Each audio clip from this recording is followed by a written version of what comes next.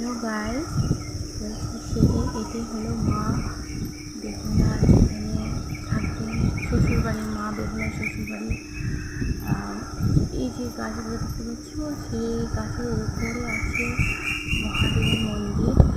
আর এই মন্দিরে 4 সওদাগর মহাদেবকে পুজো করতেন, ঠিক আছে। আর এই গাছগুলো হচ্ছে খুব পুরোনো গাছ, অনেক দিনের গাছ।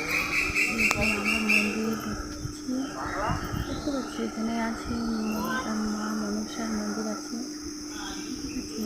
এই তো মহাদেবের সেই মন্দির, এখানে 4 সওদাগর পুজো করেছিলেন বহু বছর আগে। আপনাদের কেমন লাগছে সেটা অবশ্যই জানাবেন। আমার তো মন্দিরটি খুবই ভালো লাগে। পুজো আছে,